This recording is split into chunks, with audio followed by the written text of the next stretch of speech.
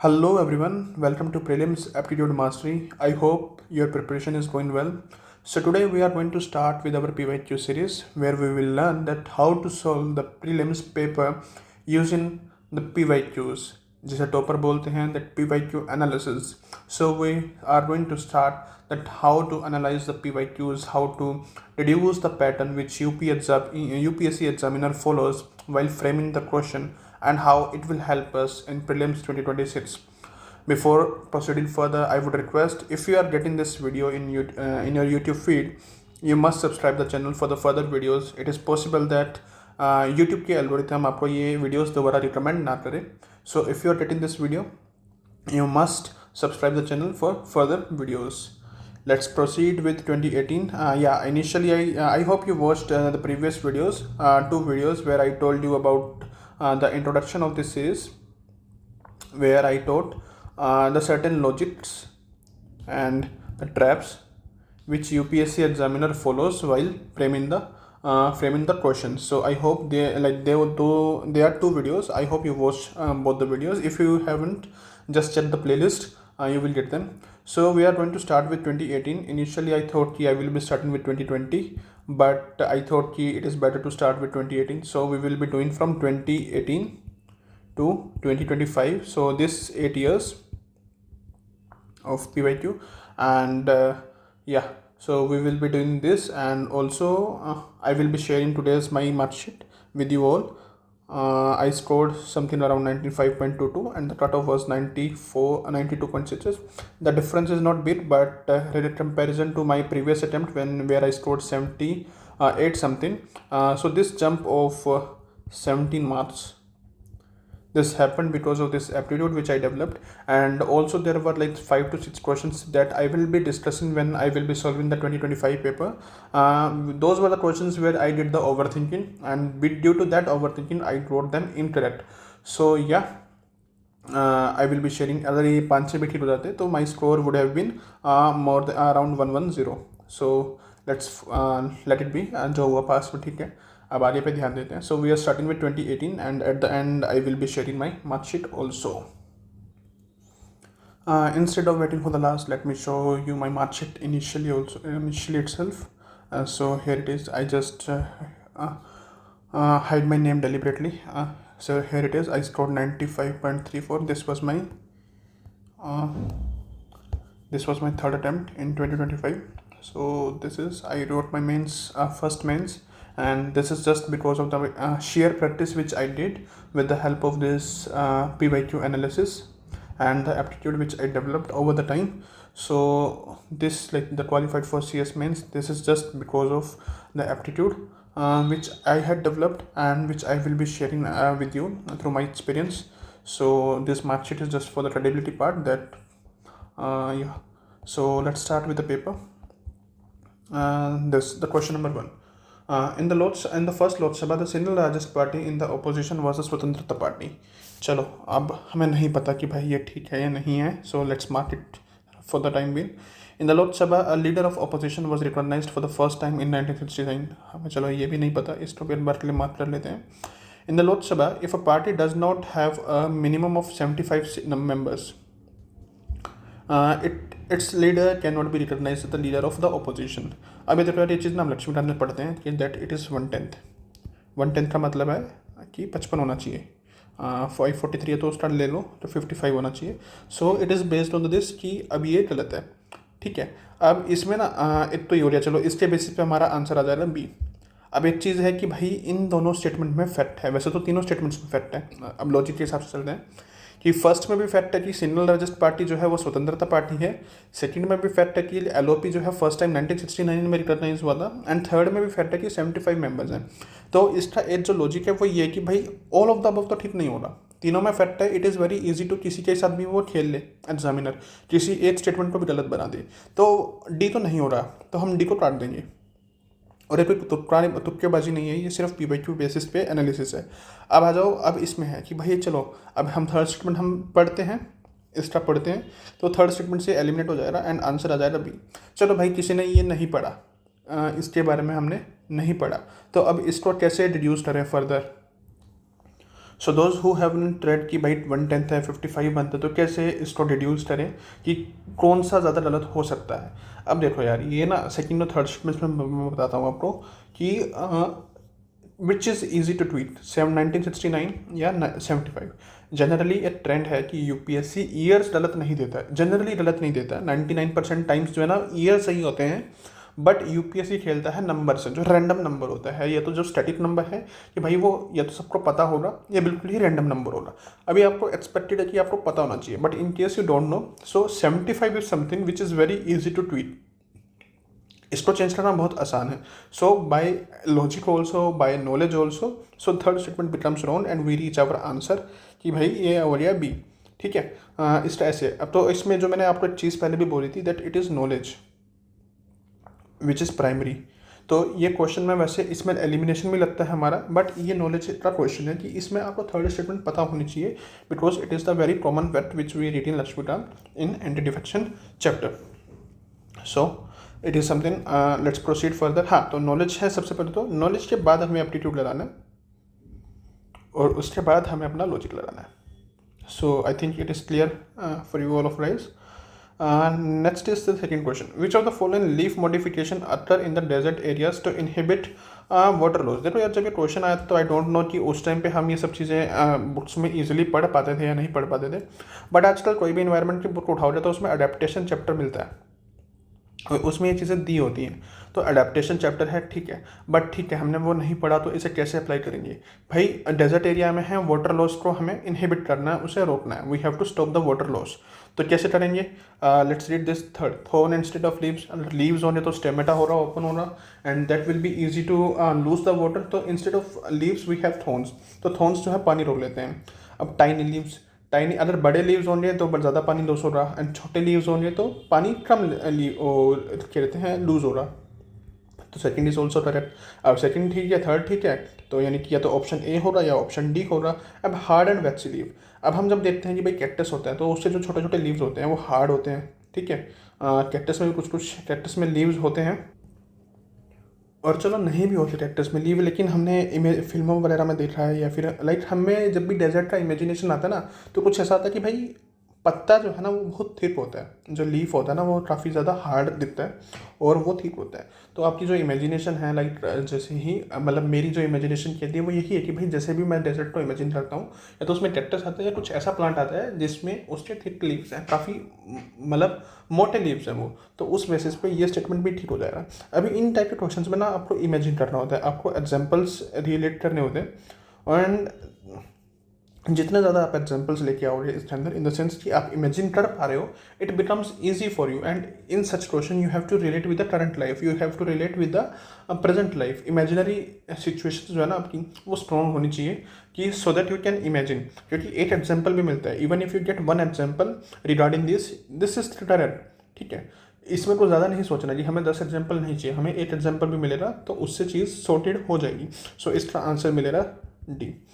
अब इसमें ना यार एक थोड़ा मैं बता देता हूँ आपको, एक चीज़ है कि जो तुक्केबाजी वाले होते हैं ना, वो ये बताते हैं कि भाई अगर कोई ऐसा क्वेश्चन है जिसकी स्टेटमेंट्स 1 वर्ड या 2 वर्ड्स वाले हैं ना, तो उसमें जनरली ऑप्शन होता है डी, मतलब डी इन द सेंस कि ऑल ऑफ द अबव होते हैं। तो ऐसे तुक्के में नहीं फंसना, ऐसे फालतू की चीज़ों में नहीं फंसना। इट इज़ कि शायद वो पॉसिबल हो रहा पहले के टाइम पे, जो 2013 से पहला का पेपर था उसमें शायद वो चीज़ें पॉसिबल हों, उसमें वो चीज़ अप्लाई हो जाए, बट 2013 एंड स्पेसिफिकली 2018 के बाद से ऐसे ट्रैप्स में नहीं फंसना कि 1 वर्ड आंसर है या 1 वर्ड स्टेटमेंट है या 2 या 3 वर्ड स्टेटमेंट्स हैं तो उसके ऑल ऑफ द अबव हो रहा। नहीं, ये कहीं कहीं लग सकता है बट हर क्वेश्चन में नहीं लगता। So just go with the logic and the knowledge. Let's move to question number 3rd. As per the NSSO 70th round situation assessment survey of agriculture households, consider the following statements. चलो भाई देखते हैं क्या है इसमें। Rajasthan has the highest percentage share of agricultural households among it's rural household. चलो भाई हो भी सकता है। Out of total agricultural households in the country, a little of 60% belongs to OBC. Okay, possible है। In Kerala, little over 60% of agricultural households reported to have received maximum income support from sources other than agricultural activities. तो क्या बोल रहा है भाई, केरल है उसमें 60% से एग्रीकल्चरल हाउसहोल्ड्स हैं, उनको जो इनकम सपोर्ट मिलता है वो अदर देन एग्रीकल्चरल एक्टिविटी से मिलता है, ठीक है। तो अब एक आपको मैंने बताया था कॉमन थीम वाला कि ये जैसे उसमें जब दो कॉमन थीम होती है, दो स्टेटमेंट में थीम कॉमन होती है, then either of them is correct. तो यहाँ भी 60% के बारे में बात कर रहा है, यहाँ भी 60% के बारे में बात कर रहा है। तो एटलीस्ट की लाइक कि 7, ये तो सेकंड ठीक हो रहा, ये थर्ड ठीक हो रहा। अब थर्ड में पढ़ो यार, जब भी हम न्यूज़ में पढ़ते हैं ना केरल को, या ऐसे पढ़ते हैं कि भाई उसमें रेमिटेंसेस बहुत आ रहे हैं, कि वहाँ पर जो है मेडिकल टूरिज्म है, यहाँ जो वहाँ की जो पॉपुलेशन है वो मेडिकल इंडस्ट्री में जाती है, एंड स्पेसिफिकली जो अपना है वेस्ट एशिया, मिडिल ईस्ट में, तो वहाँ से अपना रेमिटेंसेज आते हैं। तो हम केरल को उस सेंस में पढ़ते हैं। तो इट इज़ कि ठीक है, मतलब पॉसिबल है कि भाई ये थर्ड स्टेटमेंट ठीक होगा, ये लॉजिक कहता है इस चीज़ में। तो आई विल कंसिडर थर्ड ठीक है। अगर थर्ड ठीक है ना, अब ये सेकंड पे आ जाओ कि out of total agricultural household incomes, total agricultural household in the country a little over 60% belongs to the OBC. भाई ये नंबर है, कितना ईजी है इसको बदलना। क्या पता ये 40% हो, क्या पता ये 50% हो, एंड उस बेसिस पे भी ये है कि एक तो ये नंबर को बदलना बहुत इजी है। क्या मतलब ये नंबर कुछ भी हो सकता है, इसको बदलना इजी है। एंड दूसरा है कि भाई इन दोनों की थीम मैच हो रही है, सेकंड की और थर्ड की थीम मैच हो रही है, तो एक ठीक होना चाहिए। अगर हमें लगता है कि थर्ड ठीक है तो सेकंड मस्ट बी इनकरेक्ट। जैसे ही हम सेकंड को एलिमिनेट करेंगे अपना आंसर आ जाएगा सी। एंड अब ये बोलना कि यार ये तो आपके पास आंसर की है इसलिए बोल देना आसान है, भाई आंसर की हो या ना हो, बट ये लॉजिक है। एंड अगर 26 के अंदर भी ऐसा पेपर में क्वेश्चन आता है तो I will be applying this logic only, कि भाई इसके बेसिस पे ही ठीक हो रहा है या गलत हो रहा। तो ये लॉजिक है, ये विद प्रैक्टिस आपको कॉन्फिडेंस आएगा इन सब चीज़ों में। सो अपना ये थर्ड स्टेटमेंट को मैंने एज्यूम करा कि भाई ये ठीक होगा, and second will be wrong because 60% वहाँ पर क्या कहते हैं सिर्फ ओबीसी है, ऐसे एज्यूम कर लेना। ठीक है, ये थोड़ा सजेशन हो जाता है। तो I will consider that wrong, and the answer will be C 1 and 3। तो आ जाओ नेक्स्ट पे। How is the national green tribunal different from the central pollution control board. चलो ये स्टेटमेंट्स जो दी होती है ना, इनको ध्यान से पढ़ना होता है, ठीक है, इसको हवा हवा में नहीं पढ़ना। तो चलो द एनजीटी वैसे स्टैटिक क्वेश्चन है जो हम जनरली इन्वायरमेंट में पढ़ते हैं। So let's read. The NGT has been established by an act, whereas the CPCB has been created by an executive body of the government. भाई चलो NGT का तो पता है कि भाई NGT का एक्ट है, बट ये भी पढ़ते हैं ना कि यार CPCB को बनाया गया था किसी एक्ट के थ्रू। ठीक है, एक्ट के थ्रू, यानी कि वो वोटर एक्ट था अपना, उसके थ्रू बनाया था। तो first statement becomes wrong. And एक चीज़ मैंने आपको बताई थी लॉजिक के हिसाब से, कंपेरेटिव स्टेटमेंट। जब भी यूपीएससी कंपेयर करता है दो चीज़ों में, स्पेसिफिकली जहाँ वर्ड यूज होता है वेयर एज, ये वेयर एज बहुत इंपॉर्टेंट वर्ड है। जब यूपीएससी ऐसे स्टेटमेंट्स बनाता है ना तो यूपीएससी ट्रैप डालता है, और जनरली वो 80% टाइम्स ना वो स्टेटमेंट गलत होती है जब भी वो दो कंपेरेटिव स्टेटमेंट्स होती हैं। तो ये यहाँ पर जो फर्स्ट स्टेटमेंट है इट बिकम्स रॉन्ग कि एनजीटी तो सिर्फ एस्टेब्लिश हुई थी अपनी एक्ट से, बट सीपीसीबी एग्जीक्यूटिव बॉडी है। ये आपकी स्टैटिक नॉलेज भी है, बट लॉजिक से सोल्व करना कि भाई ये जो कंपेरेटिव है तो उस सेंस में ये चीज़ गलत होती है। Let's read second statement. The NGT provides environmental justice and help reduces the burden of litigation in the higher courts, whereas the CPCB promotes cleanliness of streams and wells and aims to improve the quality of air. अब मैंने आपको एक चीज़ बताई थी कि भाई इसको अंधा होकर नहीं लगाना, इन ट्रिक्स को, इन लॉजिक्स को अंधे होकर नहीं लगाना। It is the essence, we have to capture the essence. ठीक है, अब सेकंड स्टेटमेंट क्या बोल रहा है कि भाई एनजीटी जो है एनवायरमेंटल जस्टिस प्रोवाइड करता है, एंड वी हियर मतलब न्यूज़पेपर में पढ़ते हैं कि हर हफ्ते कुछ ना कुछ ऐसा होता ही है कि जहाँ पर एनजीटी इंटरफेयर करता है या कोई अपनी जजमेंट देता है। तो यहाँ तक तो ठीक लगता है कि भाई ये तो ठीक है। अब सीपीसीबी का मैंडेट क्या है? सीपीसीबी का मैंडेट है कि भाई पोल्यूशन कम करना है, और वाटर एक्ट के अंडर बना है तो ऑब्वियसली है कि वाटर क्वालिटी के लेकर या एयर क्वालिटी को लेकर, क्योंकि ये एयर एक्ट से भी पावर लेता है। तो इट इज़ ऑब्वियस कि भाई जो ये दिया हुआ है कि CPCB promotes cleanliness of streams and well and aims to improve the quality of air in the country.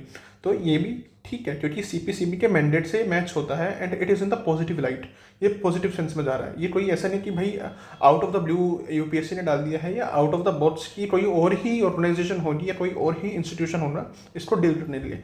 नहीं, जनरली जब हम एनवायरनमेंट पढ़ते हैं, किसी भी बुक से पढ़ रहे हैं, तो इतना हम जनरल बेसिक पढ़ते हैं। अब दूसरी चीज़ आती है कि भाई वेयर एज तो यहाँ भी दिया होगा, तो वही वाली बात है कि भाई सिर्फ ओनली पढ़ के क्रॉस नहीं मारना कि ओनली दिया हुआ तो H3 में तो क्रॉस हो गया, नहीं, हमें we have to understand the essence. वहाँ कंपैरेटिव था, वहाँ फैक्चुअल था। It is easy to tweet कि भाई एग्जीक्यूटिव को एक्सचेंज कर दिया स्टैट्यूटरी से, और स्टैट्यूटरी को एक्सचेंज कर दिया एग्जीक्यूटिव से। But this does not apply to second statement, because second statement में एसेंस की बात ज़्यादा इंपॉर्टेंट है कि हमें एसेंस को कैच करना है। एनजीटी का रोल क्या है, एनजीटी का मैंडेट क्या है, वो चीज़ है, एंड सीपीसीबी का मैंडेट क्या है, वो चीज़ हमें कैच करनी है। तो इट इज़ की सेकंड स्टेटमेंट इज करेक्ट, तो answer will become B2 only. शुरू में दिक्कत हो सकती है आपको, क्योंकि मुझे भी हुई थी दैट इट कि ये कैसे है कि यार तो आंसर की है इसके पास, आंसर की के बाद तो अगर राधे रहा तो आंसर हो जाएगा। ठीक है, मतलब ये डाउट मेरे को भी आया था जब मैंने स्टार्ट किया था ऐसे, मतलब प्रैक्टिस करना या एनालाइज करना या दूसरे वीडियोस को देखना। बट या with time with practice you will get to know कि भाई ऐसी चीज़ें होती हैं, and you have to apply and you will be able to apply to clear the prelims 2026. So let's come to the question number 5. The parliament of India can place a particular law in the 9th schedule of the constitution of India. चलो ठीक है, हो भी सकता है। चलो अभी second schedule बाद में पढ़ेंगे। अब देखो, पार्लियामेंट ऑफ इंडिया सबसे हाईएस्ट लेजिस्लेटिव बॉडी है इंडिया के अंदर यूनियन लेवल पे। ठीक है, अब भाई पार्लियामेंट है यार, उसके पास इतनी बड़ी पावर है। वैसे तो ये नॉलेज वाला क्वेश्चन है कि भाई आपने लक्ष्मी पर पढ़ा हुआ है, और उस कंटेक्स्ट में ये क्वेश्चन नॉलेज से सोल्व होना चाहिए। इसे मैं के डालूंगा, के का मतलब है कि भाई ये नॉलेज का क्वेश्चन है। चलो फिर भी आपने नहीं पढ़ा तो इसे सोल्व करते हैं। यार पार्लियामेंट है, पार्लियामेंट इतनी सारी चीज़ों पर लॉ बना सकती है, एंड ये 9th शेड्यूल की बात कर रहा है, 9th शेड्यूल कॉन्स्टिट्यूशन में। तो भाई अगर 9th शेड्यूल के अंदर लॉ डालना है तो कौन डालेगा? एग्जीक्यूटिव तो डालेगा नहीं, क्योंकि 9th शेड्यूल को अमेंड करना होगा, और अमेंडमेंट पावर क्या है? लेजिस्लेटिव पावर है। लेजिस्लेटिव पावर किसके पास होगी? भाई पार्लियामेंट के पास होगी, लेजिस्लेचर के पास होगी। तो सेकंड स्टेटमेंट इज ठीक, correct. Next first statement is correct. तो सेकंड स्टेटमेंट में आता है the validity of a law placed in the 9th schedule can not be examined. पहली बात तो कैन नॉट बी एग्जामिन्ड, चलो ठीक है, बाय एनी कोर्ट। ठीक है, by any court, and no judgment can be made on it. भाई UPSC यहाँ भी तो रुक सकता था, बट नहीं। तो कल मैंने आपको बताया था कि UPSC deliberately extend the statement, extend करता है यूपीएससी स्टेटमेंट्स को to make it completely incorrect by conjectures. तो भाई यूपीएससी को रुकना होता तो UPSC could have stopped here कि the validity of a law placed in the 9th schedule can not be examined by any court.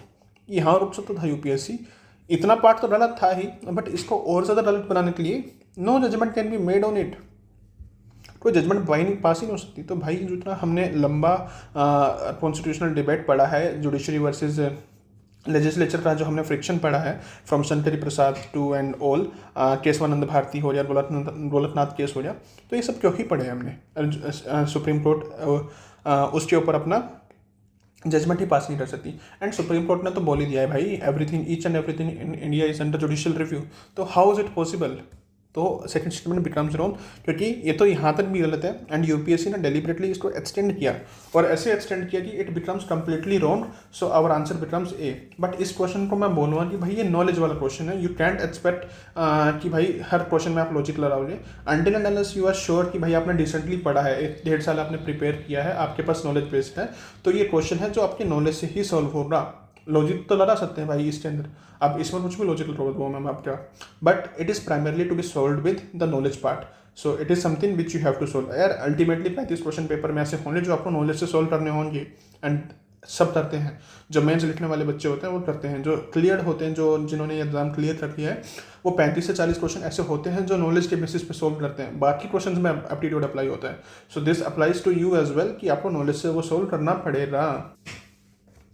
Let's come to 6th question, merchant discount rate के बारे में पूछ रहा है। It's statement A, the incentive given by a bank to a merchant for accepting payments through debit cards pertaining to that bank. ठीक है, the amount paid back by banks to their customer when they use debit card for financial transaction for purchasing. ठीक है, the charge to a merchant by a bank for accepting payments from his customer through the banks debit card.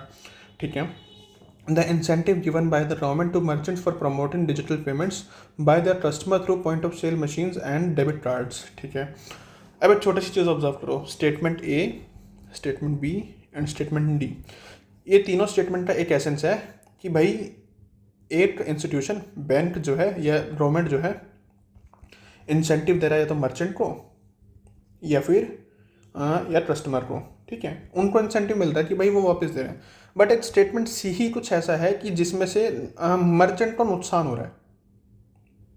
Merchant को नुकसान कैसे हो रहा है? Merchant को fees पे करनी पड़ रही है। उसके अलावा तो बैंक है या गवर्नमेंट है, वो कस्टमर को या मर्चेंट को प्रॉफिट दे रहे हैं, उनको इंसेंटिव्स दे रहे हैं, उनको रिवॉर्ड दे रहे हैं, तो वो मर्चेंट या कस्टमर को पॉजिटिविटी में जा रहा है कि भाई उनको पॉजिटिव गेन हो रहा है। बट यहाँ पर जो स्टेटमेंट सी है वो सिर्फ एक नेगेटिव स्टेटमेंट है। नेगेटिव कैसे? कि भाई मर्चेंट को नुकसान हो रहा है for accepting payments via cards. तो इसमें तो ऑड वन आउट भी लग जाएगा। कि भाई 3 स्टेटमेंट एक जैसी हैं बट चौथी जो है वो अलग है, तो इसमें ऑड वन आउट है। जो मेरा लॉजिक है वो है ऑड वन आउट वाला, कि भाई इसमें हम ऑड वन आउट लगाएंगे एंड उससे ये सॉल्व हो जाएगा। अब ये बात कि भाई ये है थोड़ा मर्चेंट डिस्काउंट रेट, जब आप अकाउंटेंसी में आते हो तो डिस्काउंट का मतलब सिर्फ हम वो डिस्काउंट नहीं है जो हमें मार्केट में मिलता है, that is a different meaning and that has a different meaning as well. तो उसके बेसिस पे अगर आपको ये क्वेश्चन सोल्व हो रहा है तो ठीक है, वरना यू कैन स्किप। बट इन क्वेश्चंस को स्किप करना नहीं है, बिकॉज ये लंबे क्वेश्चन भले हैं but they are easy to solve. UPSC will definitely give something to help you to solve such questions. And इस क्वेश्चन में था कि भाई ऑड वन आउट है, फर्स्ट में कस्टमर या मर्चेंट को फायदा हो रहा है, सेकंड में कस्टमर या मर्चेंट को फायदा हो रहा है, फोर्थ में कस्टमर या मर्चेंट को फायदा हो रहा है, बट इट इज थर्ड कि जहां पर मर्चेंट को नुकसान हो रहा है एंड मर्चेंट को नुकसान हो रहा है तो यही है। एंड आपने भी यार नोटिस किया होगा कि जो मर्चेंट्स होते हैं वो यूजुअली कहते हैं कि भाई कार्ड से पेमेंट मत करो यार, आप या तो कैश कर दो या यूपीआई कर दो, क्योंकि मर्चेंट का क्या है कि वो कार्ड पे पैसा रखता है, तो बिकॉज इसीलिए वो थोड़ा हेजिटेशन दिखाते हैं कार्ड से पेमेंट एक्सेप्ट करने में। सो आप जो अपना रियल लाइफ है, जो कंटेम्प्रेरी आपके आसपास चल रही हैं चीज़ें, आप उसके थ्रू भी इस चीज़ को रिड्यूस कर सकते हो and you can reach the answer. Let's come to question number 7th. What is or are the consequences of a country becoming the member of NSG? ये जनरली हम पढ़ते हैं बट इन केस किसी ने नहीं पढ़ा है तो भाई NSG है, ठीक है। It will have access to the latest and the most efficient nuclear technology. कुछ पॉजिटिव चीज़ है, न्यूक्लियर टेक्नोलॉजी सिर्फ ये नहीं है कि भाई न्यूक्लियर वेपन के सेंस में, वो कुछ और भी हो सकती है, वो इलेक्ट्रिसिटी के सेंस में भी हो सकती है, या कुछ और उसकी डेवलपमेंट्स है even for the medical purpose, तो वो वहाँ भी हो सकता है। तो फर्स्ट स्टेटमेंट काफ़ी पॉजिटिव है, तो I will consider it correct. Second is कि it automatically becomes a member of the treaty on the NPT, non proliferation of nuclear weapons. देखो यार, सबसे पहली चीज़ तो कोई भी ग्लोबल ट्रीटी होगी या पैक्ट होगा ना, तो वो एक कंट्री की सोवरेनिटी को हार्म नहीं कर सकता। India is a sovereign country, तो हमें उस ट्रीटी को एक्सेप्ट करना है या नहीं करना, वो हमारा लेजिस्लेचर डिसाइड करेगा, ठीक है। वो हमारे पहले तो साइन होगा, उसके बाद पार्लियामेंट उसे रेटिफाई करेगी, तो it is about the sovereignty. तो something which is globally available, something which is signed by global institutions और something which is signed by the countries, it does not mean कि it is applicable automatically to the India as well. तो जो ये चीज़ होती है ना, automatically becomes a member और automatically becomes something like this, तो ये आगे भी क्वेश्चन आएंगे, ये होता है जनरली इनकरेक्ट, ठीक है। तो अब हम पढ़ते भी हैं कि भाई एनएसजी का मेंबर नहीं है इंडिया, क्योंकि स्पेशल वेवर मिला, मतलब ऐसे डायरेक्ट मेंबर नहीं है, बट स्पेशल वेवर इंडिया को मिला हुआ है। एंड एनएसजी का मेंबर बनने के लिए पहले उसे एनपीटी साइन करना है, बट हम एनपीटी साइन नहीं कर रहे। तो एनएसजी का अगर हम मेंबर बन जाते हैं तो भाई ऑटोमेटिकली नहीं बने, क्योंकि एनपीटीआर हमें साइन करनी ही नहीं है, वो it is discriminatory against India. तो जो चीज़ डिस्क्रिमिनेटरी है यार, उसे हम क्यों ही साइन करेंगे। And it is a matter of sovereignty, specially in the global era. जो जियोपॉलिटिक्स होती है उसमें सोवरनिटी वाला फैक्टर आ जाता है, तो उसके कंटेक्स्ट में यार ऑटोमेटिकली नहीं होती चीज़ें। तो ये चीज़ ध्यान में रखना कि whenever something is given like it is automatically becomes a member, तो वो चीज़ नहीं होती, तो इसका आंसर हो जाएगा ए।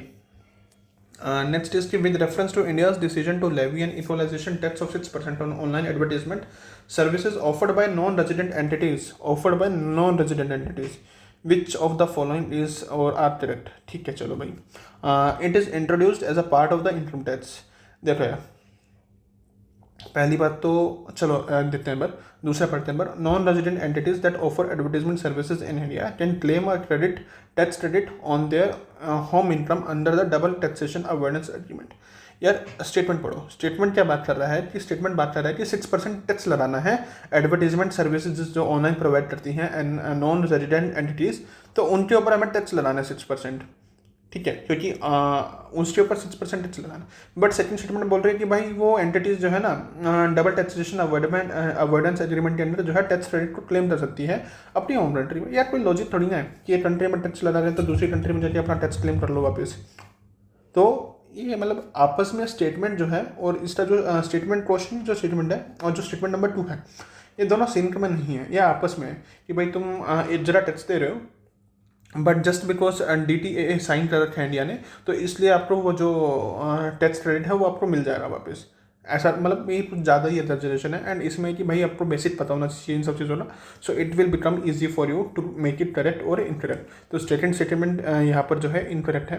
And it is introduced as a part of income tax in India.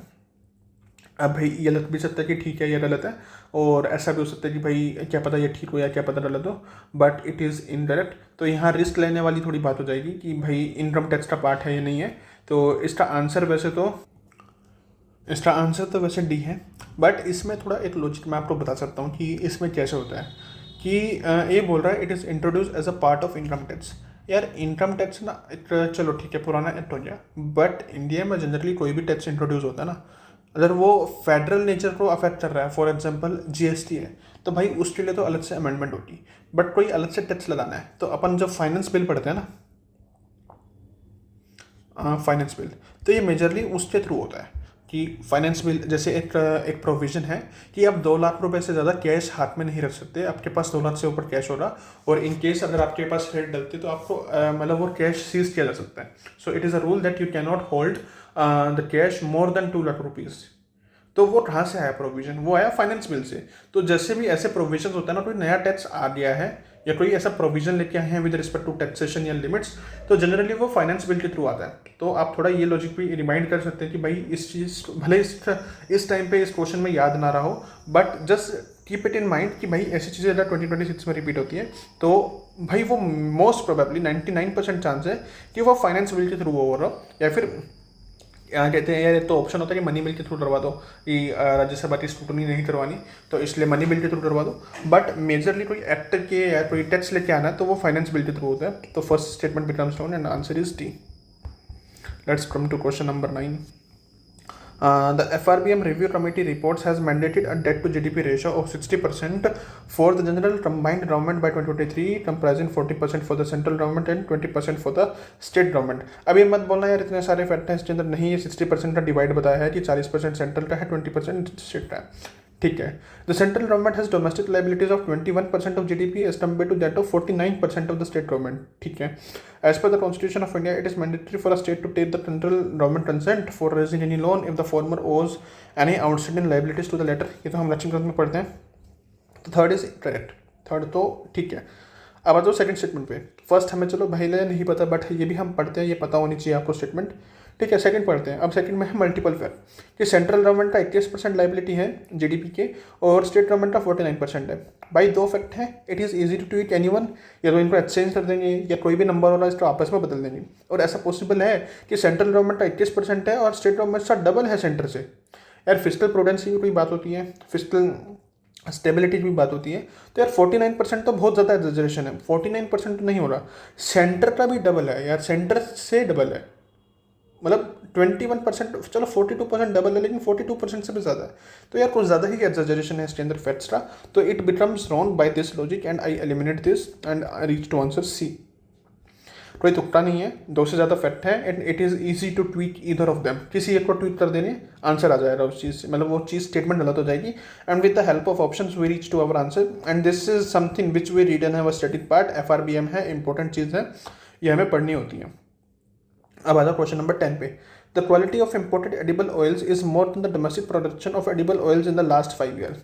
देखो सबसे पहली बात तो इसमें कोई ट्रेंड की बात नहीं की गई, तो चलो ट्रेंड वाले क्वेश्चंस जब आएंगे मैं उसमें एक लॉजिक बताऊंगा आपको। अब इसमें बोल रहा है कि भाई हम जो इंपोर्ट करते हैं वो हमारे डोमेस्टिक प्रोडक्शन से ज़्यादा है।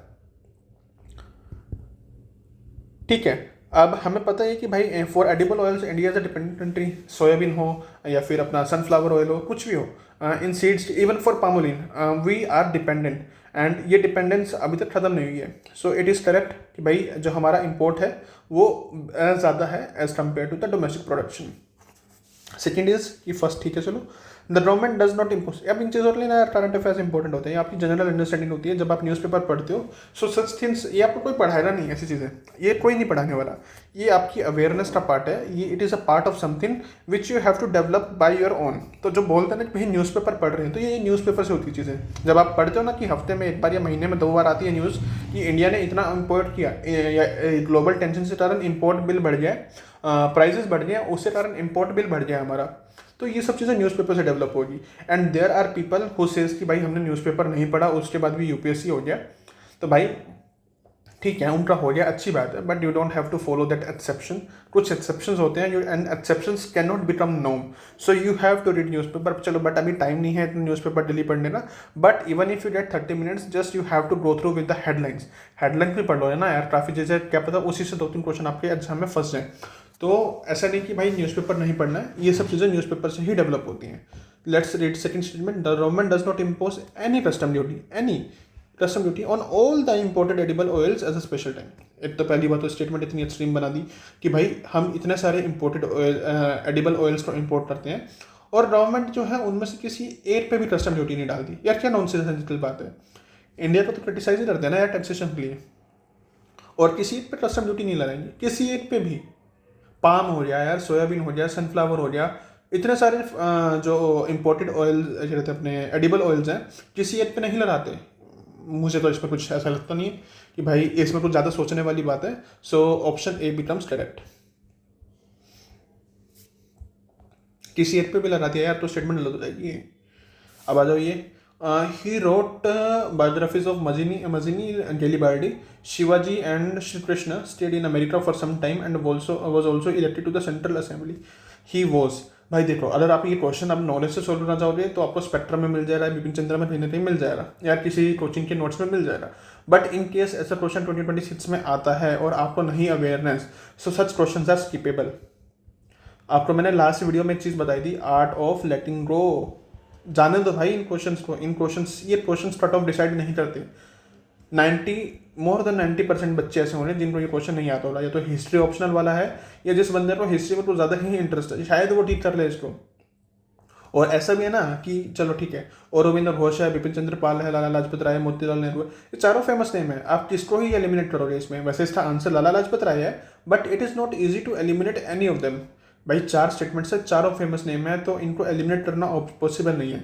So if you know this question, if you know such question, you can attempt them, but in case you don't know तो भाई यहाँ रिस्क नहीं लेना है हमें। भले 90 अटेम्प्ट कर रहे हैं, अगर वो नंबर नहीं बनता तो हम सोच सकते हैं इसके अटेम्प्ट करने का, but in case you are touching 90, 91 या इवन 89, तो भाई ऐसे क्वेश्चन अटेम्प्ट नहीं करने हैं, जस्ट बिकॉज यहाँ रिस्क बढ़ जाता है एंड यू विल लूज .66। और जस्ट कीप इन माइंड कि इन क्वेश्चन से कट ऑफ डिसाइड नहीं होती है। Let's come to question number 12। Aadhaar card can be used as a proof of citizenship और डोमिसाइल। ठीक है भाई, यार सुप्रीम कोर्ट ने भी बोला है एंड गवर्नमेंट ने भी बोल दिया, एंड इवन कि अब तो आधार कार्ड में प्रिंटेड है कि it is not a proof of citizenship, तो इट बिकम्स रॉन्ग। ये एक जनरल अवेयरनेस का क्वेश्चन है। उस टाइम पे ठीक है कि भाई आधार कार्ड में प्रिंट नहीं होता था 2018 के टाइम पे, बट आज के टाइम पे है। तो ये टाइप के क्वेश्चन है ना, वो जनरल अवेयरनेस वाले क्वेश्चन है, so you have to be aware. और यू नो यार, मतलब आज के टाइम पे सबको पता है कि it is very much easy to get an Aadhaar card. तो यार इवन की someone who is coming, who like आया है इलीगली, आया कोई इलीगल माइग्रेंट है, फॉर एग्जांपल कोई रोहिंग्या है या कोई भी है जो इलीगली आया है, तो वो पॉलिटिक्स के कारण यार it is very easy to get the Aadhaar card. तो आधार कार्ड उसका बनवा दिया तो इसका मतलब वो सिटीजन बन गया है, और वो भी जब वो इलीगली इंडिया के अंदर आया, तो नहीं ना।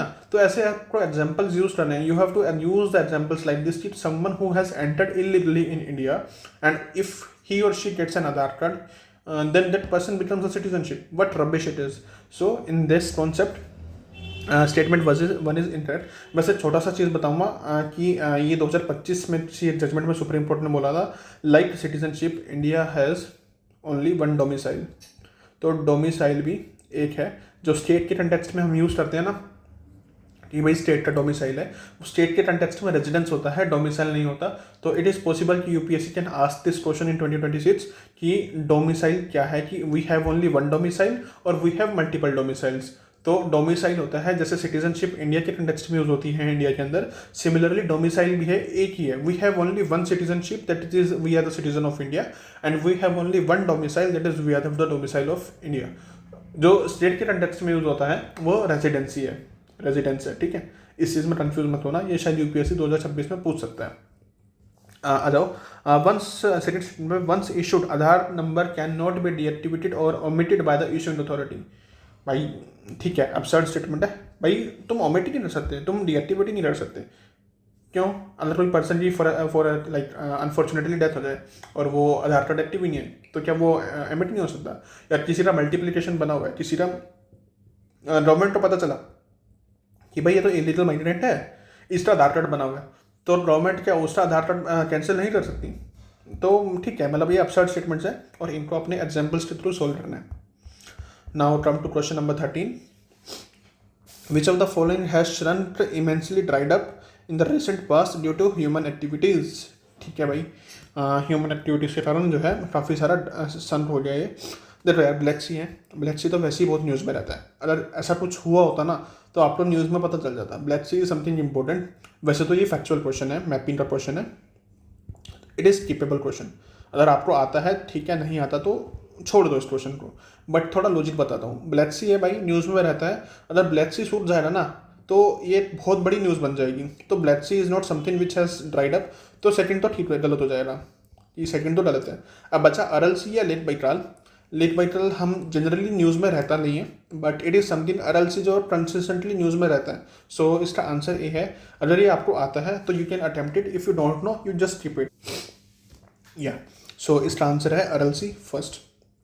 रूल ऑफ लॉ इंडेक्स, तो जो मैंने ओड वन आउट वाली बताई थी ना, इसमें अच्छे से काम करेगी. किसने बनाया भाई रूल ऑफ लॉ इंडेक्स? हमें नहीं पता, पहली बार सुन रहे हैं. चलो इंस्टीट्यूशन से नाम पढ़ते हैं. Amnesty international, international court of justice, the office of UN commissioner for human rights, world justice report project, sorry world justice project. यार देखो, एमनेस्टी इंटरनेशनल है, हम सुनते रहते हैं, कभी ना कभी न्यूज़ में रहता ही है. ICJ है, वो भी न्यूज़ में रहता है, हम सुनते हैं इसके बारे में. And human right office UN का, वो भी हमें पता है. But this is something world justice project. किसी ने मुश्किल से ही सुना होगा, जनरली कभी नहीं पढ़ा. डालना हो तो UPSC को कुछ ऐसा डाल देता है कि भाई जो हमने सुना सुनाया है, जैसे यूनेस्को डाल दिया या UNCTAD डाल दिया या कुछ भी डाल दिया, रिपोर्टर सैन फ्रांस से डाल दिया, कुछ भी डाल दिया. बट इसने UPSC ने चूज़ यही किया, वर्ल्ड जस्टिस प्रोजेक्ट, जो किसी ने सुना ही नहीं है. तो जो चीज़ किसी ने सुनी ही नहीं है और वो UPSC ऑप्शन में दे रही है, तो क्या है ये? ओड वन आउट है. एंड UPSC क्यों दे रही है? क्योंकि ये आंसर है. This is something. और ऐसा नहीं है यार ये आगे एग्जाम में यूज़ नहीं होगी. जैसे जैसे आप 2023 में 2024 में होंगे तो आई विल शो कि वहाँ भी ये चीज़ अप्लाई होती है. Now come to question number 15. Which one of the following links all the ATM in India? अब भाई ये नॉलेज वाला क्वेश्चन है, ठीक है. इसमें कोई लॉजिक नहीं है, ये प्योरली नॉलेज वाला क्वेश्चन है. अब इसमें इसका आंसर तो NPCI है. बट अब इस क्वेश्चन में ना मैंने यूट्यूब पे देखा था 1-2 बंदों का कि इन्होंने क्या बताया कि भाई इसमें भी नेशनल है, इसमें भी नेशनल है, तो इन दोनों में से आंसर होना चाहिए. तो भाई ऐसी चीज़ों में मत बहना. तो इसके बेसिस पे अपना फालतू के रिस्क नहीं लेने. So such questions are knowledge based. You have to be strong with the knowledge part कि भाई नॉलेज तो चाहिए हमें क्वेश्चन को सॉल्व करने में. नॉलेज इज द प्राइमरी अस्त्र. 16th question, capital adequacy ratio is the amount that banks have to maintain in the form of their own funds to offset any loss that banks occur if the account holder fails to repay dues. ठीक है भाई. भाई capital adequacy ratio है एक, ये risk buffer के type में है कि भाई बैंक्स को जो है अपने आप में मेंटेन करना है. और काफ़ी पॉजिटिव स्टेटमेंट्स है कि भाई जो डिपॉजिट होल्डर्स हैं उनको बचा रहा है, उनके पैसे को बचा रहा है. एंड सिस्टमिक फेलियर कुछ ना हो तो उसका भी प्रिवेंट करने में हेल्प करता है. तो statement 1 is wrong and it is also knowledge based.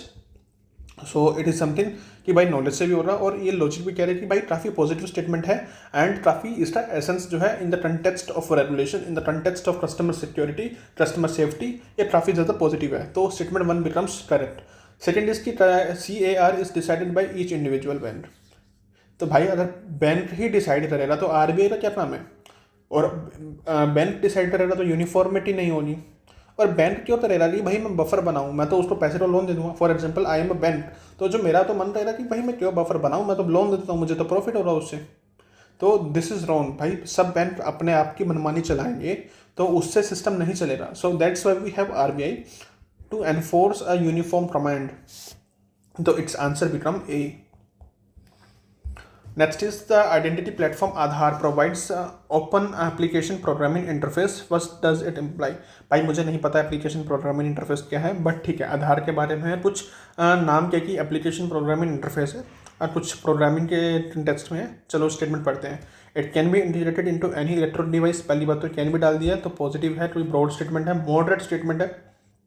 Integrated into any electronic device, कोई दिक्कत नहीं आ रही इसको स्टेटमेंट में पढ़ने में कि भाई इलेक्ट्रॉनिक डिवाइस से इंटीग्रेट कर सकते हैं इसको, ठीक है. सेकेंड स्टेटमेंट इज की online authentication using iris is possible. Possibility की बात कर रहा है, ये नहीं कह रहा कि भाई हो रहा ही हो रहा, इट इज सेट कि पॉसिबल, ब्रॉड है, मॉडरेट है। अब पॉसिबिलिटी के बारे में बात कर रहे हैं, एक्सपेंशन इसका काफी ब्रॉड है, तो yes we will consider is correct, तो answer become C.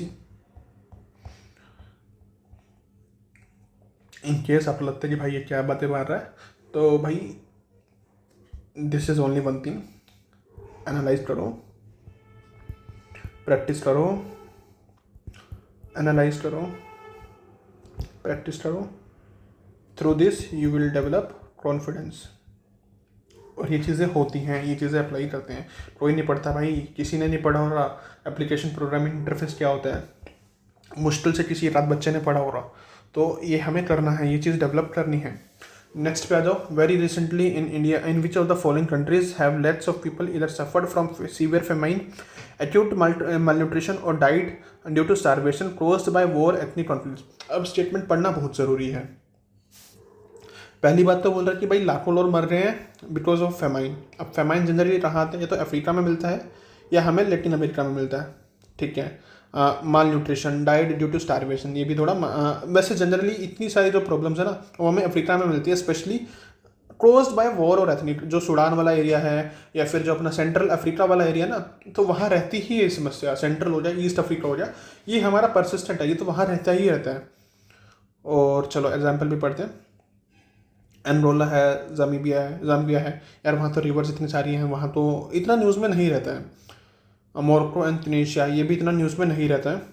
Yemen and south Sudan, Yemen and south Sudan, यार साउथ सूडान तो इतना न्यूज़ में रहता है एथनिक कॉन्फ्लिक्ट के कारण, यमन भी रहता है because of Houthis and all, Venezuela and Colombia. अब ये मत बोलना कि यार ऑड वन आउट है, तीन जो है तीन जो है अफ्रीका के दिए हुए हैं एंड सी जो है साउथ अमेरिका का दिया हुआ है, तो इसलिए सी हो जाएगा आंसर। नहीं, पहली बात तो ये मैपिंग का क्वेश्चन है, आपको कंटेम्प्रेरी जो जियोपॉलिटिक्स है उसके बारे में पता होना चाहिए। इफ़ यू आर श्योर कि भाई कुछ ऐसे ऑप्शन होंगे, क्योंकि जब भी हम न्यूज़पेपर पढ़ते हैं, जब भी हम अपना इंटरनेशनल वाला पेज पढ़ते हैं ना, तो हमें पता होता है कि भाई इस कंट्रीज़ में ऐसे ऐसे सीन चल रहा है। जनरली साउथ बोल रहा हूँ, सब अफ्रीका की कंट्रीज होती हैं जो ऐसे एथनिक कॉन्फ्लिक्ट फेमाइन से जूझ रही होती है, जैसे सोमालिया हो गया, इथियोपिया हो गया, अपना डीआरसी हो गया या सूडान हो गया, तो ये ऐसी कंट्रीज हैं जहाँ पर ये अपना एथनिक कॉन्फ्लिक्ट्स होते हैं, और स्पेसिफिकली एथनिक्स के कंटेक्स्ट में होता है सूडान में काफ़ी होता है। तो ये है कि भाई ये चीज़ फेमस है, तो इसका आंसर हो जाएगा डी। ये थोड़ा मैपिंग का क्वेश्चन है कि भाई if you are well developed with mapping तो भाई हो जाएगा, ठीक है। Regarding Wood's dispatch which of the following statement are correct. Grants in aid system was introduce, ठीक है। Establishment of universities was recommended, ठीक है। English as a medium of instruction, देखो मैंने ना उसमें एक चीज़ बताई थी आपको कि English will never do good for Indians, English जो है इंडियंस के लिए कभी अच्छा नहीं करेंगे, but there are certain exceptions. अब वुड्स डिस्पैच ना मैं वो एक्सेप्शन समझता हूँ कि Wood's dispatch was something which was in favour of Indians. अब जो लॉजिक बताने वाले हैं यूट्यूब पे वो इसको भी बोलते हैं कि भाई Britishers will never do good for Indian, but there are certain exception जहाँ पर ब्रिटिशर्स ने इंडिया के कंटेक्स्ट में कुछ अच्छा सोचा था, डेलिबरेटली या नॉन डेलिबरेटली, बट कुछ अच्छा सोचा था, and Wood's dispatch is one such exceptions. But अब ये मॉडर्न हिस्ट्री में हम पढ़ते हैं, ठीक है। अब थर्ड स्टेटमेंट पढ़ते हैं, English as a medium of instruction at all level of education was recommended. अगर हम इस कंटेक्स्ट में जाएं कि Britishers will never think about will never think positive about Indians, तो उस बेसिस पर थर्ड स्टेटमेंट गलत हो जाएगी कि भाई इंग्लिश क्यों ही रखेंगे जब उनको अपने आप हमें जब है सर्वेंट बना के रखना है, हमें अपने से नीचे रखना है, तो why will third statement will be correct कि इंग्लिश क्यों प्रमोट करेंगे वो हर लैंग्वेज हर लेवल पे, तो थर्ड तो हो जाएगा गलत, उस बेसिस पे आंसर आ जाएगा ए। अब एक चीज़ और है, थोड़ा दूसरा इसको क्वेश्चन को इंटरप्रेट करने का दूसरा तरीका है, because I consider Wood dispatch from a positive perspective. तो पॉजिटिव पर्सपेक्टिव क्या है, देखो यार इंडिया में लिटरेसी बहुत ज़्यादा कम थी, इंडिया में लिटरेसी इतनी कम थी कि भाई पूछो ही मत, ठीक है। उसके बाद जो है कि लिमिटेशंस बहुत सारी थी इंडियंस के ऊपर कि फीमेल्स को अलाउड नहीं था, ठीक है। ये सब चीज़ें थी, इवन कि अपनी ट्रेडिशनल लैंग्वेज पढ़ने के लिए अपनी रीजनल लैंग्वेज पढ़ना तक अलाउड नहीं था, तो काफ़ी सारी रेस्ट्रिक्शंस थी। उस सेंस में सबको इंग्लिश पढ़ाना was not a feasible conditions. तो लाइक जो चीज़ है ना कि भाई पहले अपनी मदर टंग को तो स्ट्रॉन्ग करो, मदर टंग के ऊपर लेके आओ। तो जो प्राइमरी एजुकेशन था वो तो ऑब्वियस है कि भाई मदर टंग के ऊपर होगा, तो उस कंटेक्स्ट में ये चीज़ आती है कि भाई पहले मदर टंग के को प्रमोट किया गया था कि मदर टंग में पढ़ाया जाएगा प्राइमरी लेवल पे, उसके बाद इंग्लिश पर जाया जाएगा। तो आप इसमें से कोई भी लॉजिक लगा सकते हो कि पॉजिटिव वाला भी लगा सकते हो, नेगेटिव वाला भी लगा सकते हो कि भाई थर्ड में अगर नेगेटिव वाला लगाते हो कि Britishers will never do good for Indians, तो उस बेसिस पे थर्ड गलत हो जाएगा। एंड इफ यू थिंक कि भाई इंग्लिश को हर लेवल पे प्रमोट करना is not that feasible even from primary level to higher level, no यार, इतना भी ब्रिटिशर्स हमारे लिए बेनोवलेंट नहीं थे कि हर चीज़ में हमारी हेल्प करेंगे। तो उस सेंस से भी थर्ड स्टेटमेंट गलत हो जाती है, and answer will B A. With reference to the Parliament of India, which of the following parliamentary committee scrutinizes and reports to the House whether the power to make regulations, rules, sub-rules, bylaws conferred to the Constitution or conferred by the Constitution or delegated by the Parliament are being properly exercised by the executive within the scope of the delegation? भाई parliament ने अपने कुछ जो legislative wing है उसने अपनी चीज़ें ना एग्जीक्यूटिव को डेलीगेट किया है कि भाई तुम बना लो, रूल्स बना लो, सब रूल्स बना लो, ये सब चीज़ें, तो इसको कौन स्क्रूटिनाइज करेगा? सबसे पहली बात तो government committee on government assurance. भाई गवर्नमेंट एश्योरेंस क्या है कि भाई एग्जीक्यूटिव ने कुछ एश्योरेंसेस दिए हैं, प्राइम मिनिस्टर ने खड़े होकर एश्योरेंस दिए हैं हाउस के अंदर, भाई ये चीज़ यहाँ तक हो जाएगी। गडकरी साहब ने बोला कि भाई इतने हाईवेज हम बना देंगे, तो ये एक उनकी ओर से एश्योरेंस है, तो वो तो उस चीज़ को स्क्रूटनाइज किया जाएगा ना। एश्योरेंस जो गवर्नमेंट ने दिए, जो एग्जीक्यूटिव ने दिए, उन एश्योरेंस को बेसिकली स्क्रूटनाइज किया जाएगा। तो statement A is not possible. Rules committee है भाई, इसका तो कोई रूल से बनता नहीं था, वो तो रूल्स है कि भाई हाउस के क्या रूल्स चलेंगे उस बेसिस पे डिसाइड होगा। बिजनेस एडवाइजरी कमेटी है कि भाई हाउस में क्या क्या बिजनेस होंगे, वो उस चीज़ के कंटेक्स्ट में है, तो बिजनेस एडवाइजरी कमेटी का तो कोई लॉजिक नहीं है पे। अब committee on subordinate legislation, subordinate legislation यही होता है कि भाई डेलीगेट कर दिया हमने, लेजिस्लेचर ने अपना जो रिस्पॉन्सिबिलिटी है वो एग्जीक्यूटिव को डेलीगेट कर दिया, तो it is a question of knowledge. अब भाई कुछ बंदे बोलेंगे कि भले आपको नहीं आता तो इसे कैसे करें, भाई ये सब मुझे फालतू की चीज़ें लगती हैं। अगर आपको ऐसे क्वेश्चन नहीं आते, to be honest with you at this moment, भाई ये अटैम्प्ट स्किप करो और अपना फाउंडेशन अच्छे से प्रिपेयर करो। If you don't know these easy questions, इसमें भी अगर आपको लॉजिक लगाना पड़ रहा है, इसमें भी आपको अपना एप्टीट्यूड लगाना पड़ रहा है, तो भाई यू आपकी जो फंडामेंटल्स हैं, आपका जो बेसिक है वो क्लियर नहीं है। So take that like break and prepare for your foundation. But इसका आंसर बन जाता है बी। एंड अगर आपको ये हार्श लग रहा है then let it be harsh, but it is the reality. If you are not able to solve such question with knowledge, तो भाई टाइम है, पढ़ो, या 2 महीने में अपना इतना पढ़ लो कि फाउंडेशन अच्छे से हो जाए, बेसिक जो है अपना अच्छे से हो जाए। बट 2 महीने कम है, तो अपना भाई ये अटैम्प्ट खराब मत करो इस चक्कर में, तो और अपना ध्यान दो कि इसे कैसे इम्प्रूव किया जाए।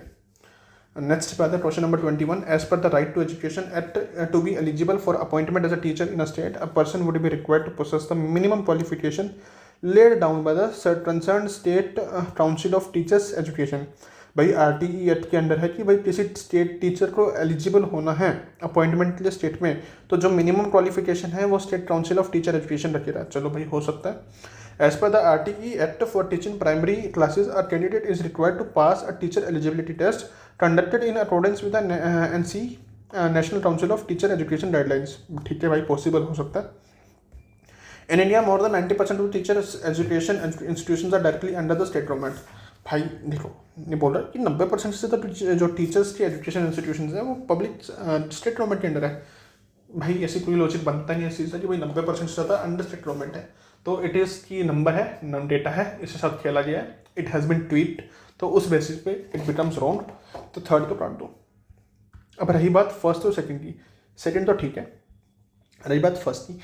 अब देखो RTE के लिए जो TET का टेस्ट है, टीचर्स एलिजिबिलिटी टेस्ट है, वो NCTE ले रहा है, NCTE ले रहा है, national council of teachers education ले रहा है। तो भाई गाइडलाइंस भी तो वही बनाएगा ना एलिजिबिलिटी के लिए। अगर हर स्टेट अपने हिसाब से गाइडलाइन बनाने लगा तो यूनिफॉर्मिटी तो नहीं होगी उसमें। तो फर्स्ट और सेकंड स्टेटमेंट में ना आपस में कंसर्नेंस में नहीं है, ये आपस में कॉन्ट्राडिक्ट कर रही हैं कि भाई एक तरफ तो बोल रहा है कि भाई state council of teacher education guidelines बनाएगा, जो क्वालिफिकेशन की मिनिमम क्वालिफिकेशन है वो state council of teacher education decide करेगा, बट उनका एलिजिबिलिटी जो है ना, जो उनका एंट्रेंस टेस्ट है वो नेशनल लेवल पर, नेशनल ऑर्गेनाइजेशन बनाएंगी। तो भाई इसमें आपस में कॉन्फ्लिक्ट है। उस बेसिस पे statement one becomes wrong and statement two is the answer. तो ऐसा है भाई, होता तो दोनों एक साथ रहेंगे ना। वहाँ क्या है कि भाई स्टेट अपना अलग करेगा, फिर एनसी, तो यूनिफॉर्मिटी एस्टेब्लिश नहीं होगी, स्टेट्स जो है अपने हिसाब से करेंगे फिर इसे।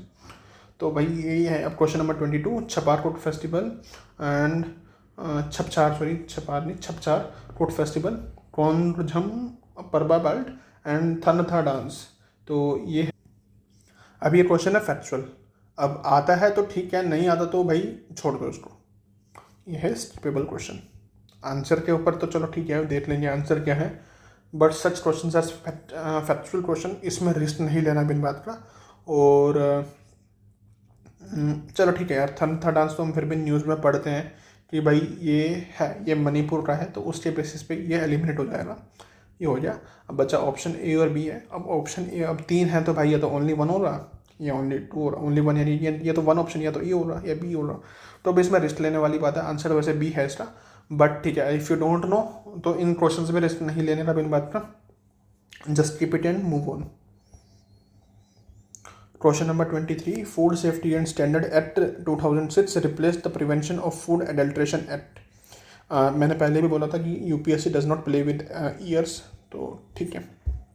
एंड इट इज़ पॉसिबल कि भाई प्रिवेंशन ऑफ फूड एडल्ट्रेशन बहुत पुराना एक्ट हो गया है, ठीक है। अब उससे कंटेक्स्ट में 2006 का एक्ट लेके आए हैं, कि food safety and standard act आया है, तो वो ठीक है भाई, पॉसिबल है कि यूपीएससी इसमें ऐसे नहीं खेलेगा। ये कोचिंग इंस्टीट्यूट नहीं है कि भाई यूपीएससी इसमें भी खेलेगा आपके साथ। लो बैलेंस। तो आई कंसिडर कि भाई ये ठीक है, इसको आई विल कंसिडर करेक्ट। अब आपको लग सकता है कि भाई ये गलत हो, फैक्ट है, तो नहीं, इतना नहीं सोचना। यूपीएससी ऐसी गंदी हरकतें नहीं करता, कोचिंग इंस्टीट्यूट करते हैं कि भाई वो इसमें भी चीट ट्रिक्स डालते हैं, इसको भी गलत बनाते हैं, बट यूपीएससी ऐसा नहीं करता generally. So first will be correct from the aptitude perspective. So now let's come to this. And the Food Safety and Standard Authority of India is under the charge of Director General of Health Services in the Union Ministry of Health and Family Welfare। अब भाई आपको बताया था कि UPSC generally place with the ministry institutions, ministry दी हुई है 99.9% है, ये गलत हो रही। तो second is correct, first is correct, answer भी ही है इसका। The term two-state solution is sometime mentioned in the news in the context of the affairs of East। Answer मुझे बताना पड़ जाए आपको, तो ठीक है भाई, आंसर है इजराइल, सॉरी आंसर है इजराइल। तो ये है। अब भाई ऐसे क्वेश्चन है, ये करंट अफेयर्स होते हैं, ये बेसिक में भी पढ़ते हैं हम। टू स्टेट सॉल्यूशन जो है अपना, या तो एक टाइम पे इंडिया पाकिस्तान के बारे में बात हो रही थी, या फिर अब पैलेस्टीन और इजराइल के बारे में है। तो 25 में आते हैं। The with reference to the provisions made under the National Food Security Act 2013 consider the following statements, ठीक है। The families coming under the category of BPL only are eligible to receive subsidised food. पहली बात तो only pay mark करो, चलो भाई हो भी सकता है। The eldest woman in a household of age 18 years of above shall be the head of the household for the purpose of insurance of a ration card। Pregnant women and lactating mothers are entitled to take home ration of 1600 calories per day during pregnancy and for 6 months। भाई नहीं पता first statement ठीक है, नहीं पता second ठीक है या नहीं है। थर्ड में आओ, फैक्ट देखो कितने सारे हैं। पहली बात तो प्रेग्नेंट एंड लैक्टेटिंग मदर्स है, और उसके बाद 1600 कैलोरीज पर डे है, और उसके बाद 6 मंथ है। भाई इतने सारे फैक्ट हैं, किसी एक को गलत बना दोगे, बहुत ईजी है बनाना, और यूपीएससी एग्जामिनर करता है ऐसी चीज़ें। तो थर्ड स्टेटमेंट बिकम्स राउंड, काट दो भाई, थर्ड को काट दो। अब आ जाओ फर्स्ट और सेकंड में। The families coming under the BPL only are eligible to receive. भाई अपने आसपास देखो, कोई भी अपना जो पीडीएस शॉप होती है, सिर्फ क्या बीपीएल में जाते हैं वहाँ पे लोग? राशन कार्ड भी 2 टाइप के होते हैं, एक बीपीएल के लिए होता है, एक एपीएल के लिए होता है, और ये जनरली पता होता है सबको, ठीक है। तो भाई ओनली एलिजिबल सिर्फ जो है वो अपने राशन कहते हैं बीपीएल वाले हैं एलिजिबल। भाई इस पर कोई लॉजिक नहीं बनता, तो it becomes round, answer becomes B. ये आपका जनरल अवेयरनेस का क्वेश्चन है कि यू आर जनरली अवेयर और नॉट, ठीक है। तो ये, और ये जो ओनली है, ये थोड़ा इसको एक्सट्रीम भी बना देता है, बट हम सिर्फ ओनली के बेसिस पर क्वेश्चन नहीं सोल्व कर रहे हैं। We are reading the essence of the question, कि एसेंस क्या है क्वेश्चन की, we are catching that only, उसके बाद हम इसे सोल्व कर रहे हैं। Now question number 26, India enacted the GI, Geographical Indication of Goods, Registration and Production Act 1999 in order to comply with the obligations to. भाई ये फैक्चुअल चीज़ है, पता है तो ठीक है, वरना छोड़ो. WT है इसका आंसर, इसका आंसर अगर आता है तो ठीक है, वरना इसमें रिस्क नहीं लेना. एंड जनरली हम स्टैटिक में पढ़ते हैं तो इस पे ज़्यादा इतना सोचना नहीं है. In India state governments do not have the power to auction non coal mines. भाई कोल के अलावा जो दूसरे माइंस हैं, नॉन कोल माइंस हैं, उनके ऑप्शन करने की पावर ही नहीं है स्टेट गवर्नमेंट्स के पास. सीरियसली यार, इसका कोई लॉजिक बनता है? नहीं बनता ना. तो first statement becomes wrong. Andhra Pradesh and Jharkhand do not have gold mines. भाई आंध्र प्रदेश और झारखंड के पास गोल्ड माइंस ही नहीं है. भाई कहीं एक माइन भी मिल रही, भले वो पुरानी माइन हो रही है, उसमें अभी गोल्ड डिपॉजिट्स नहीं है, तो इसका मतलब ये थोड़ी ना कि वो माइंस ही नहीं होंगी. तो चलो सेकंड पे मार्क करते हैं. राजस्थान हैज़ और माइंस. भाई एक और माइन भी मिल रही तो ठीक है ना, वो स्टेटमेंट ठीक हो जाएगी कि भाई राजस्थान के पास और माइंस हैं. तो if you have to choose between second and third कि कौन सा ठीक है, I will go with third. Second becomes wrong. Third is the answer. Question number 28. With reference to the payment, consider a digital payment. Consider the following statements. Bhim app allows the user to transfer money to anyone with a UPI enabled bank account. UPI इतना common हो चुका है ऐसे time पे, ये हम डरते हैं. और भीम ऐप जो है वो NPCI की, ये इस बार न्यूज़ में थी, तो पॉसिबल है कि शायद UPSC दोबारा पूछ ले.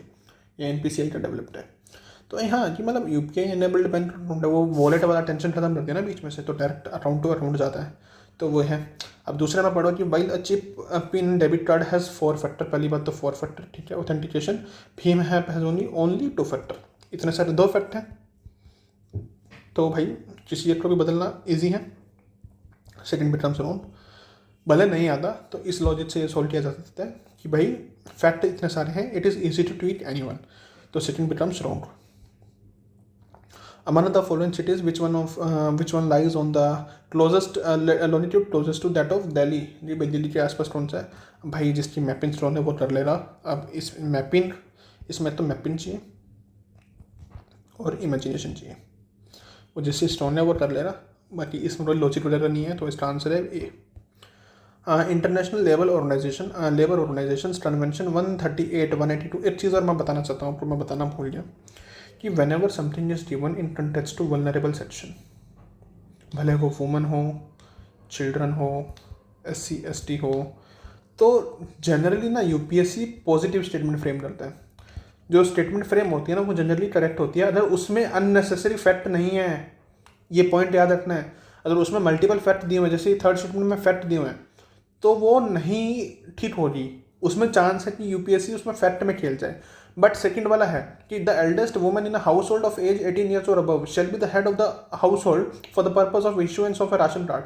भाई ये पॉजिटिव स्टेटमेंट है, इसमें कोई फैक्ट नहीं है. इसे ये जो है ना वुमन एम्पावरमेंट, ये जो वल्नरेबल सेक्शन है उनके एम्पावरमेंट की बात हो रही है, तो यहाँ पर एसेंस पकड़नी है. थर्ड स्टेटमेंट में फैक्ट है, एसेंस नहीं है.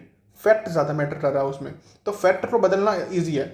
But second statement is about the essence, second statement is about the empowerment, तो उस सेंस में सेकंड स्टेटमेंट ठीक है. तो ये चीज़ यहाँ भी आती है. तो जो वल्नरेबल सेक्शंस होते हैं ना, तो उसको UPSC बहुत प्रायोरिटी देता है. तो इंटरनेशनल लेबर ऑर्गेनाइजेशन, पहली बात तो लेबर के बारे में बात कर रहा है, तो उसकी रिपोर्ट कन्वेंशन है 130 एंड 182. भाई लेबर ऑर्गेनाइजेशन है. एडेप्टेशन ऑफ एग्रीकल्चर प्रैक्टिस, भाई एग्रीकल्चर का क्या ही काम, उसका छोड़ दो. रेगुलेशन ऑफ फूड सप्लाई, ये भी छोड़ दो. Gender parity at the work place, या तो आपका आंसर होगा A या आपका आंसर होगा D. B और C अगर कोई इसमें मारता है आंसर, तो भाई तुम छोड़ दो पढ़ाई, तुम अपने फाउंडेशन पे ध्यान दो, तुम थोड़ा अपना PYQ को एनालाइज करने में ध्यान दो, अभी मत अपना अटैम्प्ट वेस्ट करो. A और D, लेबर की बात हो रही है. लेबर में क्या है कि या तो A होगा या D होगा. अब इनमें से कौन ज़्यादा वल्नरेबल है? चाइल्ड लेबर ज़्यादा वल्नरेबल है या जेंडर पैरिटी ज़्यादा इंपॉर्टेंट है? Child labour is an important topic. And थोड़ा ये भी कि वर्ल्ड एसोसिएशन कर सकते हैं, इसमें थोड़ा एग्जैजरेशन हो जाएगा, बट ठीक है. बट मेरे कंटेक्स्ट में चाइल्ड लेबर ज़्यादा वल्नरेबल इशू है as compare to gender parity, तो my answer will be A. 29-30 question हो गया. Let's stop this video here only and we will start. चलो कर लेते हैं यार, वरना थोड़ा टाइम बच जाएगा इसमें. करते हैं। 31 में आओ, regarding the money bill which of the following statement is not correct. Bill shall be deemed to be a money bill if it contains only provisions relating to imposition, abolition, remission, alteration and regulation of any tax. अब मैंने बोला था कि भाई सिर्फ only मत उठाना, जब आर्टिकल 110 पढ़ोगे तो उसमें ये ओनली वर्ड दिया हुआ है, स्पेसिफिकली दिया हुआ है। तो स्टेटमेंट 1 ठीक है, ये फैक्चुअल क्वेश्चन है, ये नॉलेज वाला क्वेश्चन है, इसमें लॉजिक मत एक्सेप्ट करना ज़्यादा, मतलब कि भाई लॉजिक से हो जाएगा नहीं। A mini bill has provision for the custody of Consolidated Fund of India or the Contingency Fund of India। भाई बोला हुआ कि कस्टडी किसके पास है। A money bill is concerned with the appropriation of money out of the Contingency Fund of India। ठीक है। A money bill deals with the regulation of borrowing। ये चलो ठीक है, ये ठीक है। अब बात की है statement C. UPSC very easily change it with CFI। भाई CFI आना था यहाँ पर, consolidated fund of India, but UPSC ने क्या डाल दिया, यूपीएससी ने डाल दिया contingency fund of India, and it is very easy to read. But ये फैक्चुअल क्वेश्चन है, आर्टिकल 110 है, उसके प्रोविजंस आपको याद होने चाहिए, उस बेसिस पे स्टेटमेंट है। ठीक, जो रॉन्ग है वो है C. With reference to the elections of President of India consider the following statement. अब ये क्वेश्चन है, इस थीम के ऊपर क्वेश्चन काफ़ी रिपीट हुए हैं, 32 जो क्वेश्चन है उसके बेसिस पर काफ़ी रिपीट हुए। Question number 32, the value of vote of each MLA varies from state to state. भाई ये नॉलेज वाला क्वेश्चन, डोंट एक्सपेक्ट कि हर क्वेश्चन में लॉजिक लगा हुआ है, ये नॉलेज से सॉल्व होना चाहिए। द वैल्यू ऑफ वोट, भाई वैल्यू ऑफ वोट कैसे डिसाइड होती है, पॉपुलेशन के बेसिस पे डिसाइड होती है, और MLA कितने हैं उसमें डिसाइड होती है। तो ऑब्वियस है कि भाई हर स्टेट की पॉपुलेशन अलग है, हर स्टेट में MLAs अलग हैं, डिफरेंट हैं, तो ठीक है, मतलब MLA की जो वैल्यू वोट है वो वेरी करेगा। तो statement 1 is correct. The value of the vote of MPs of the Lok Sabha is more than the value of vote of MPs of the Rajya Sabha. भाई कैसे डिटरमाइन होती है, value of vote of total MPs, value of vote of total MLAs, value of total MLAs upon में total MP हो जाता है Rajya Sabha plus Lok Sabha. जब total MP हो रहा है, फॉर्मूला है सिंपल, तो अलग अलग कैसे होगी, सेकंड गलत हो जाएगा, ये ठीक है। भाई ये नॉलेज वाला क्वेश्चन है, ये गलत नहीं कर सकते आप। और क्वेश्चन नंबर 33, एडिशनल प्रोटोकॉल, जिसके बारे में बात करता है, चलो देखते हैं। In Indian context what is the implication of ratifying the additional protocol with the IAEA sorry. The civilian nuclear reactor comes under IAEA safeguard, ठीक है। The military nuclear installation comes under the inspection of IAEA. The country will have the privilege to buy uranium from the NSC. The country automatically becomes a member of NSC. भाई आपने additional protocol ratify कर दिया तो आप automatically become member बन जाओगे NSC का। मैंने क्या बताया था कि जब भी कुछ ऐसी बात होती है ना कि भाई ऑटोमेटिकली बिकम्स और ऑटोमेटिकली एनफोर्सेस, तो वो स्टेटमेंट होती है गलत। बी पे आओ, military nuclear installation come under the inspection of IAEA। भाई अगर आपकी कोई मिलिट्री जो सीक्रेट चीज़ें हैं आपकी, जो आपकी सिक्योरिटी के लिए, सोवरेनिटी के लिए इंपॉर्टेंट होती है, आप वो किसी ग्लोबल इंस्टीट्यूशन की सुपरविजन में डाल दोगे, उस चीज़ इंस्पेक्शन के लिए डाल दोगे, अलग ही है भाई। The country will have the privilege to buy the uranium from the NSC। अब ये थोड़ा फार फ्लेज्ड है। अभी आ जाओ, देखो इसमें थर्ड A स्टेटमेंट देखो और B देखो, A और B का थीम बन रहा है। ए में बोल रहा है कि सिविलियन जो रिएक्टर हैं वो अंडर IAEA सेफगार्ड्स के अंडर आ जाते हैं। बी में बोल रहा है कि न्यूक्लियर जो इंस्टॉलेशन है वो इंस्पेक्शन में आ जाते हैं। तो बेसिकली थीम सेम है कि IAEA के सेफगार्ड में आते हैं या IAEA की इंस्पेक्शन में आते हैं, बट बस बदल दिया है। तो जब थीम सेम है तो आंसर हो रहा है A या आंसर हो रहा है B। एंड B तो पता है कि भाई जब सिक्योरिटी की बात आ रही है तो भाई हम क्यों डालेंगे, सैबोटाज जब इतना होता है, तो इसका आंसर हो जाएगा अपना A। अब एक चीज़ नोटिस करो, मैंने आपको चीज़ बताई थी कल, N-2 गेम ऑफ प्रोबेबिलिटी वाली।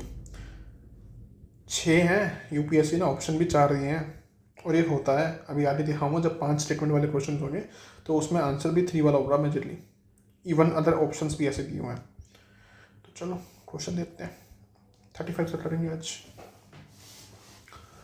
आसियान के साथ फ्री ट्रेड पार्टनर्स कौन कौन से हैं, which of the following are among the free trade partners of ASEAN. भाई ये फैक्चुअल चीज़ है वैसे तो, चलो इसमें देखते हैं कुछ लॉजिक लगता है या नहीं लगता।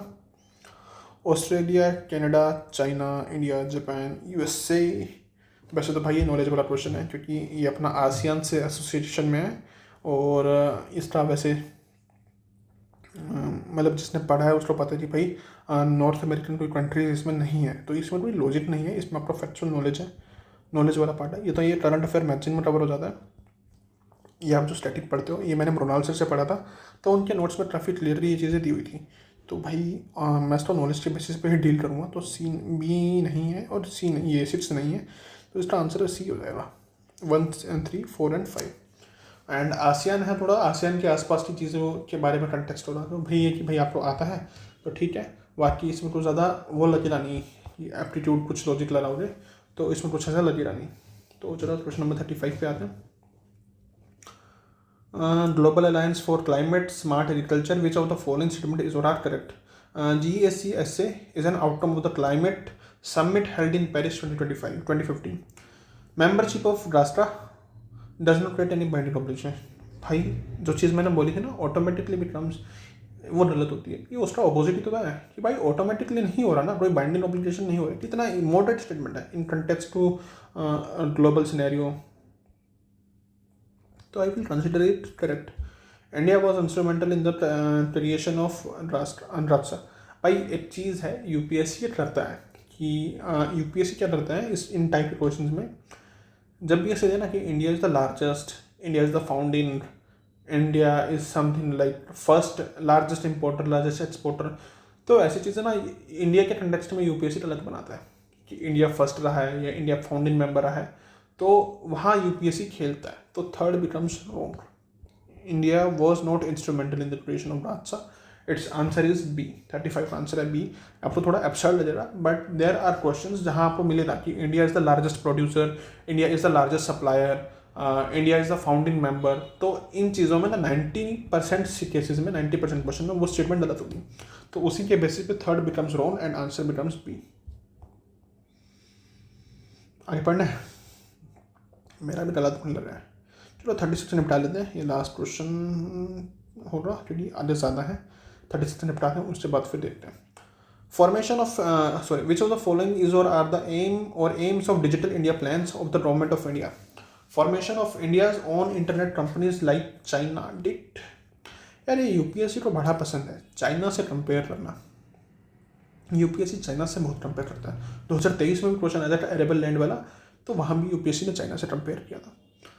देखो डिजिटल इंडिया प्लान ना वो इंडिया का है, तो हम इसमें चाइना से कंपेयर नहीं करेंगे अपने आप को, हमें अपने खुद के अचीवमेंट्स दिखाने हैं।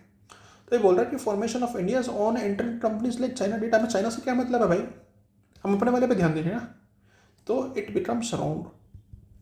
हमें चाइना से मतलब नहीं है, हमें चाइना पे ध्यान नहीं देना है, हमें अपने वाले पे ध्यान देना है। तो डिजिटल इंडिया प्लान का जो मतलब है वो हमें अपने बनाना है, बट ये डेलिब्रेट है यार, जो चाइना डिड, चाइना ने पता नहीं क्या किया, हमें क्या मतलब उस चीज़ से, हमें तो अपने वाले पे देना है ना, हमें अपने वालों को कनेक्टिविटी प्रोवाइड करनी है। तो उस सेंस में स्टेटमेंट 1 बिकम्स रॉन्ग। और दूसरे पे आते हैं, चलो थर्ड ठीक है, थर्ड कॉमन है, थर्ड ठीक है। Next is establish a policy framework to encourage oversea multinational corporation that collects big data to build their large data centers within our national geographical boundaries.